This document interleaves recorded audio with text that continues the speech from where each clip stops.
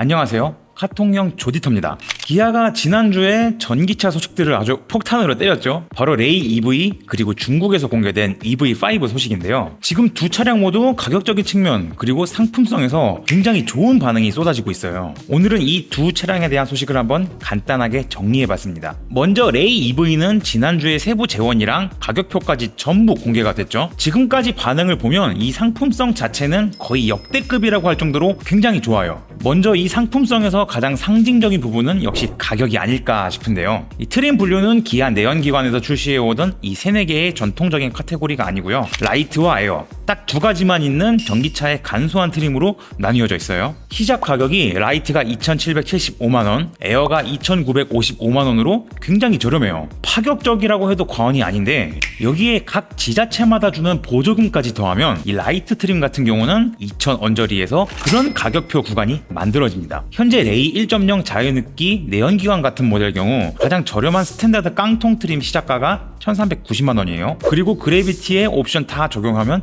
2,000만원이 넘어가거든요. 이렇게 되면 아무리 깡통이라고는 해도 이 가격 구간이 겹치게 되거든요. 레이 구매 예정이신 분들 중에서는 분명히 내연기관 살 돈인데 전기차를 살 수가 있네 하면서 이 눈을 돌리시는 분들도 꽤 있을 겁니다. 물론 이렇게 되면 그래도 풀옵션이랑 깡통이면 차이가 굉장히 많이 날 텐데 이 가격 겹친다고 전기차 깡통을 고르는 게 말이 되냐 이러시는 분들도 있을 텐데요. 그런데 중요한 건 이 레이 내연기관 모델이랑 EV 모델의 구성이 완전히 다르다는 점이에요. 물론 기본적인 외관 디자인 같은 경우는 거의 차이가 없습니다. 그런데 그 안을 까보면 이 내연기관 모델에서는 풀옵션을 넣어도 절대 들어가지 않지만 레이 EV는 깡통에서도 기본으로 넣어주는 그런 옵션들이 꽤 있더라고요. 이 대표적인 게 바로 전자식 주차 브레이크와 오토홀드죠. 특히 오토홀드 이거 진짜 한번 맛들리면 그 후로는 오토홀드 없는 차는 진짜 못한다고 할 정도로 굉장히 편리한 옵션인데요. 지금까지 내연기관 경차 중에서 이 오토홀드 옵션이 들어간 차가 전혀 없었습니다. 한마디로 이 경차 최초로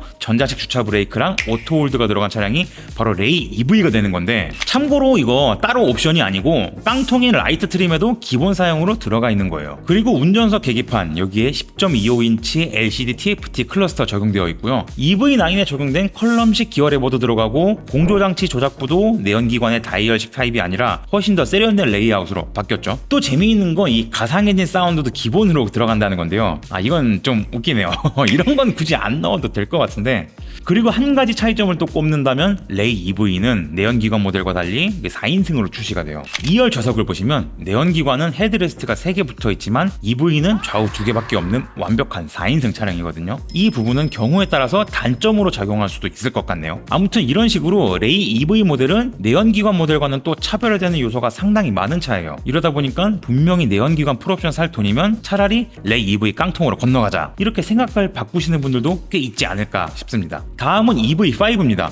아시다시피 원래 EV5는 중국 시장 전략용 모델로 출시될 예정이었는데요. 지금은 방향이 확 바뀌었죠? 그래서 글로벌 출시도 하고 우리나라에서도 내년부터 판매가 되는 걸로 알려져 있는데요. 사실 이게 특별한 케이스는 아니에요. 당장 비슷한 케이스를 꼽아보자면 이 셀토스가 있을 겁니다. 셀토스도 처음에는 인도 시장에만 출시하는 그 인도 시장 전략 모델이었는데 이 반응도 좋고 경쟁력이 있다고 판단이 돼가지고 결국은 글로벌 판매로 바뀌었죠. 그리고 한국에도 출시가 됐고요. 심지어 셀토스는 그렇게 국내 시장에 출시되면서 다른 경쟁자들을 압도적으로 발라버리고 이 소형 SUV라는 카테고리에서 판매량 탑티어가 됐잖아요. 이런 걸 보면 EV5도 왠지 국내 전기차 시장에서 뭔가 큰 임팩트를 주지 않을까 하는 그런 기대감도 듭니다. 아무튼 중국 청도 모터쇼에서 실차가 최초로 공개가 됐고요. 당연히 중국 출시 사양으로 지금 공개가 됐는데 일단 가격이 정말 파격적이에요. 중국 출시가는 15만 9,800위안부터 시작하고요. 최상위 트림이 22만 9,800위안 정도로 하는 걸로 알려져 있는데 이거 하나로 계산해보면 보조금 없이 순수 차값만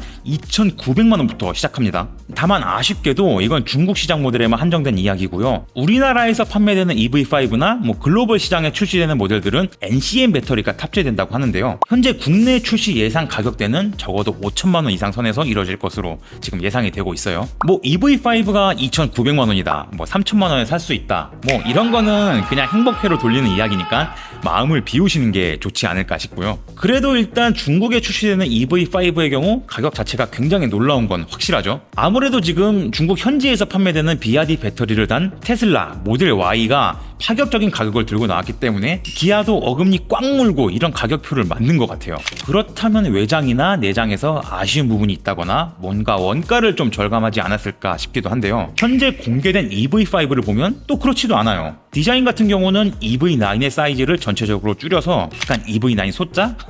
이런 느낌으로 다듬은 것 같은데 전체적인 밸런스라던가 비율, 디자인의 완성도는 오히려 EV5가 더 좋아 보이는 느낌입니다. 실내를 봐도 원가 절감을 했다거나 저렴한 소재를 쓴 흔적들이 없고 오히려 디스플레이라던가 컬럼식 레버, 공조기랑 시트 조작 버튼 같은 부분들은 EV9에 쓰인 걸 그대로 채용했더라고요. 플래그십 SUV에 들어가는 파츠를 준중형 SUV에도 그대로 넣어줘서 와 이거 진짜 해잔데? 이런 느낌이 들게 만들었더라고요 오히려. 그리고 실내 구성을 보면 EV5는 공간의 크기나 거주성이 굉장히 돋보이는 모델이에요. 1열을 보시면 운전석과 조수석 가운데가 단절되지 않고 이 시트가 자연스럽게 벤치처럼 이렇게 통으로 연결되는 그런 레이아웃을 가지고 있고요. 2열 공간 같은 경우도 시트를 접으면 이게 단순하게 풀플랫 폴딩만 되는 게 아니라 트렁크 쪽에 바닥을 위로 올려서 테이블처럼 쓸 수가 있고 그 바닥면이 있던 공간은 일본의 호리 코타츠처럼 다리를 놓을 수 있도록 공간이 디자인됐는데 진짜 아이디어가 너무 좋습니다. 이제 곧 판매 예정인 현대의 신형 산타페가 사실 이런 식으로 약간 레저,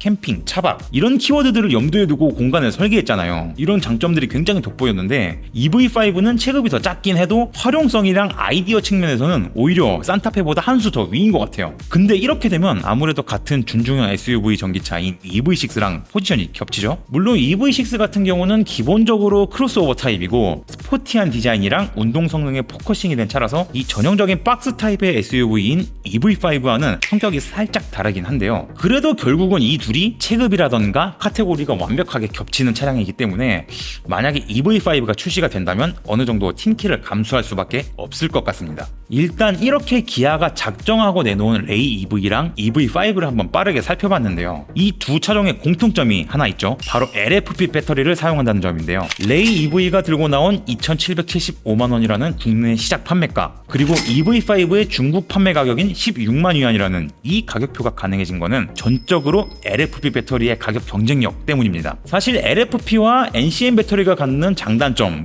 이제는 딱딱 명확하게 나눠지잖아요. LFP 같은 경우 원자재 값이 저렴하다 보니까 단가를 낮춰서 전기차를 저렴하게 공급할 수가 있고요. NCM 배터리는 가격이 비싼 대신에 배터리 밀도가 높고 고출력 차량을 제작하는 데 있어서 C레이트도 훨씬 더 유리한 지점이 있고 저온에서의 성능 저하가 상대적으로 좀 덜하다는 이런 특징들. 따라서 앞으로는 제조사들도 대중적인 일상용 모델이나 엔트리급에는 LFP 배터리 쓰고, 그리고 스포티한 고출력 모델이나 플래그십 차량에는 NCM 배터리를 쓰게 될 거예요. 이거는 거부할 수 없는 흐름인데 실제로 테슬라도 앞으로 전기차의 60% 정도는 LFP 배터리를 쓰게 될 거라고 했죠. 지금 현재 테슬라에서 만드는 모델 중에서는 그 모델 S, 모델 X, 사이버 트럭을 제외하고 모델 3라던가 모델 Y처럼 접근성이 좋고 판매량이 높은 모델들은 향후에 LFP 배터리를 주력으로 탑재할 예정이라고 해요. 근데 꼭 이렇게 전기차 배터리 이야기를 하면 매번 민감하게 반응하시는 분들이 있는데 제가 항상 강조하지만 저는 어떤 배터리가 더 좋고 나쁘고 이런 걸 얘기하려는 게 아닙니다. 차를 만드는 제조사, 이 대기업 입장에서는 자신들의 이익에 따라서 각 차종마다 어떤 배터리를 넣을지 이게 비교적 확실하잖아요. 그러니까 소비자들도 그 용도에 따라서 본인이 구매할지 안 할지를 선택하면 되는 그런 간단한 문제라는 거죠. 예를 들어서 레이 EV가 LFP 배터리가 들어가니까 저온에서 배터리 효율이 떨어지고 완충해도 200km밖에 못 가고 이런 식으로 단점을 열거할 수도 있어요. 그런데 사실 레이 같은 차를 우리가 사서 매일 고속도로에 올려서 미칠 듯이 장거리 주행을 하는 이런 용도로 레이 EV를 구매하시는 분들이 과연 얼마나 있겠냐는 거죠. 애초에 복잡한 시내를 좀 더 효율적으로 이동할 수 있고 짐도 많이 실을 수 있는 컴팩트한 시티카나 세컨카 용도가 주목적이잖아요. 그런 차량에는 LFP 배터리가 탑재돼도 크게 불편함을 느끼지 않을 것 같고, 차급이 차급인지라 이 가격이 저렴할수록 오히려 상품성이라던가 그 차의 존재 가치가 더 올라가는 거니까 저는 이런 방향이 맞다고는 봐요.